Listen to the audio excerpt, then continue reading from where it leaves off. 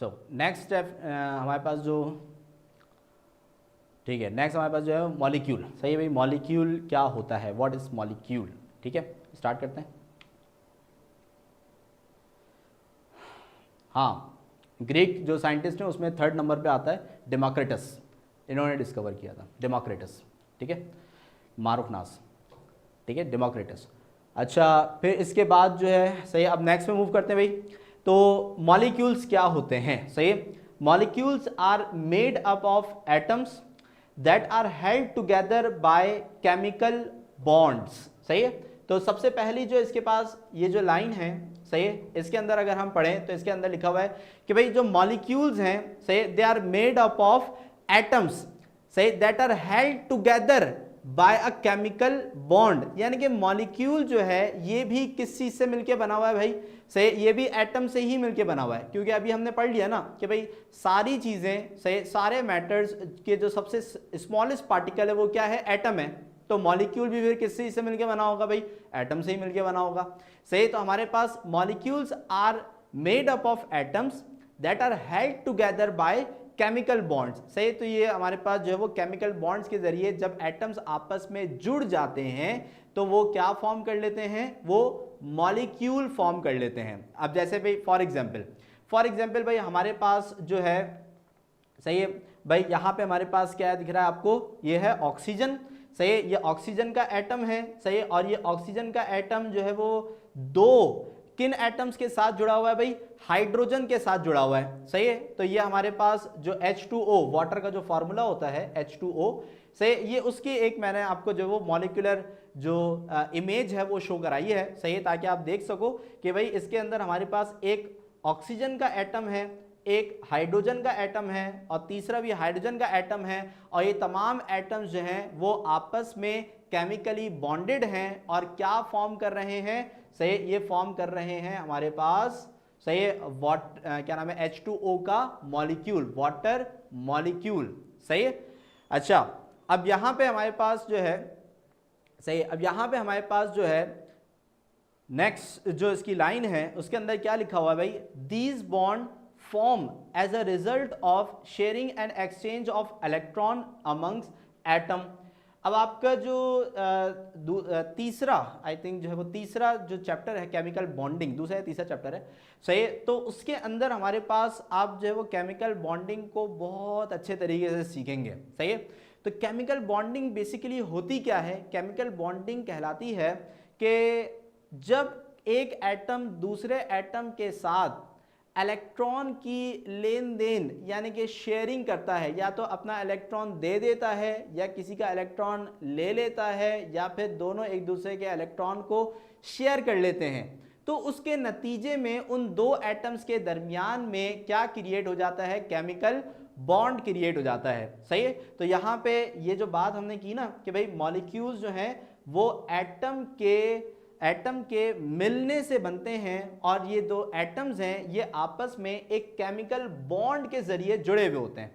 और ये chemical bond 2 atoms के दरमियान कब बनता है, जब ये 2 एटम आपस में इलेक्ट्रॉन की शेयरिंग करते हैं, या तो इलेक्ट्रॉन देते हैं या इलेक्ट्रॉन लेते हैं या इलेक्ट्रॉन शेयर करते हैं। यानी कि एक इलेक्ट्रॉन यहां से आया, एक इलेक्ट्रॉन यहां से आया। सही, तो इसकी मुकम्मल जो केमिस्ट्री है वो तो हम पढ़ेंगे क्या नाम है, जो बॉन्डिंग का जो चैप्टर है उसके अंदर। सही, केमिकल बॉन्ड सारी चीजें जो है वो उसी के अंदर हम पढ़ेंगे। ठीक है, तो अभी सिर्फ जो डेफिनेशन के अंदर जो पार्ट है उसको हमने पहले जो है वो क्लियर अप करना है। सही, क्योंकि अब मैं केमिकल बॉन्डिंग को समझाऊंगा तो वो केमिकल बॉन्ड का चैप्टर शुरू हो जाएगा फिर। सही है, तो यहाँ पे हमारे पास क्या है कि these chemical bonds are form by the sharing of electron among the atoms. दो एटम्स के दरमियान जब इलेक्ट्रॉन की शेयरिंग होती है तो फिर केमिकल बॉन्ड जो है वो बन जाता है। सही, अच्छा, फिर इसके बाद जो नेक्स्ट हमारे पास लाइन है, सही, molecules are mono di poly atomic molecules. सही है, अब मॉलिक्यूल्स जो हैं, सही, ये हमारे पास मोनो एटॉमिक भी होते हैं, ये हमारे पास पॉली एटॉमिक भी होते हैं, ये हमारे पास डाई एटॉमिक भी होते हैं, depending on the numbers of atoms in a molecule. सही है कि भाई किसी मॉलिक्यूल के अंदर जितने भी नंबर ऑफ एटम्स होते हैं उसके हिसाब से भी डिपेंड करता है कि भाई उनके ऊपर उनको जो है वो क्या नाम दिया जाए, उनको मोनो एटॉमिक कहा जाए, सही, डायटॉमिक कहा जाए या पॉलीएटॉमिक कहा जाए। सही है, अब इसकी जैसे मैं आपको एग्जाम्पल देता हूँ। सही है भाई, इसकी एग्जाम्पल है, सही, जैसे भाई फॉर एग्जाम्पल हमारे पास एक हाइड्रोजन है, सही है, वो बॉन्ड बनाता है एक दूसरे हाइड्रोजन के साथ, सही है, और बना लेता है एक हाइड्रोजन का मॉलिक्यूल। क्या बना लेता है? एक हाइड्रोजन का मॉलिक्यूल। तो यहाँ पे ये एक हाइड्रोजन का एटम है, सही है, और ये एक हाइड्रोजन का एटम है, इनके दरमियान में एक केमिकल बॉन्ड बना, सही है, और इन्होंने क्या बना लिया भाई? हाइड्रोजन का एक मॉलिक्यूल बना लिया। अब अगर मैं आपसे यहाँ पे एक सवाल पूछूं, सही है, कि भाई यहाँ पे हमारे पास इस मॉलिक्यूल के अंदर कितने एटम्स हैं, तो क्या जवाब देंगे आप? सही है, क्या जवाब देंगे? कितने एटम्स हैं? 2 एटम्स हैं। सही है, इसके अंदर हमारे पास 2 एटम्स हैं, ठीक है, तो इसलिए हम इसको क्या बोलेंगे? Die atomic. डाई का मतलब 2, सही है, तो इसको हम बोलेंगे डाई एटॉमिक। अब मुझे आप बताएं कि ये जो हमारे पास क्या नाम है, वाटर मॉलिक्यूल है, सही, इसके अंदर हमारे पास कितने एटम्स हैं? सही, इसके अंदर हमारे पास कितने एटम्स हैं भाई? एक एटम हाइड्रोजन का, दूसरा एटम हाइड्रोजन का, और तीसरा एटम हमारे पास ऑक्सीजन का। तो यहाँ पे हमारे पास जो है, सही, ये हमारे पास 3 एटम से मिलके बना है, सही है, तो इसको या तो हम, क्योंकि भाई 3 या 3 से ज़्यादा के लिए हम पॉली का लफ्ज़ यूज़ करते हैं, तो इसको हम पॉली एटॉमिक भी बोल सकते हैं, या फिर ट्राई एटॉमिक भी बोल सकते हैं, क्योंकि ट्राई भी 3 के लिए ही यूज़ किया जाता है। तो ये ट्राई एटॉमिक मॉलिक्यूल भी कहलाएगा और पॉली एटॉमिक मॉलिक्यूल भी हम इसे कह सकते हैं, ठीक है भाई। अच्छा, इसके अलावा, सही है, एक एग्जाम्पल है, जैसे ये भाई C यानी कि CH4, सही है। अब इसके अंदर एक एटम जो है वो कार्बन का है, जो कि बकिया 4 हाइड्रोजन के एटम के साथ जुड़ा हुआ है, सही है, तो इसको हम क्या कहेंगे? Mono atomic, poly atomic, di atomic, क्या बोलेंगे भाई? Poly atomic. वेरी गुड, क्योंकि 3 या 3 से ज्यादा के लिए हम पॉली का लफ्ज यूज करते हैं, तो ये कहलाएगा हमारे पास पॉली एटॉमिक, ठीक है। इसी तरीके से भाई ये NH3 का मॉलिक्यूल है, सही, यानी कि इसके अंदर हमारे पास एक नाइट्रोजन है और 3 जो है ये हमारे पास हाइड्रोजन अटैच हुए हुए हैं, तो इसके अंदर कुल मिला के हो गए 4 एटम्स, तो ये क्या हो जाएगा? Poly atomic. तो भाई ये पॉली एटॉमिक हो गया, ठीक है।